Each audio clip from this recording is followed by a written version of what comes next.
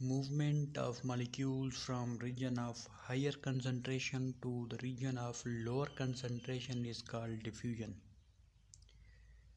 Movement from higher concentration to lower concentration.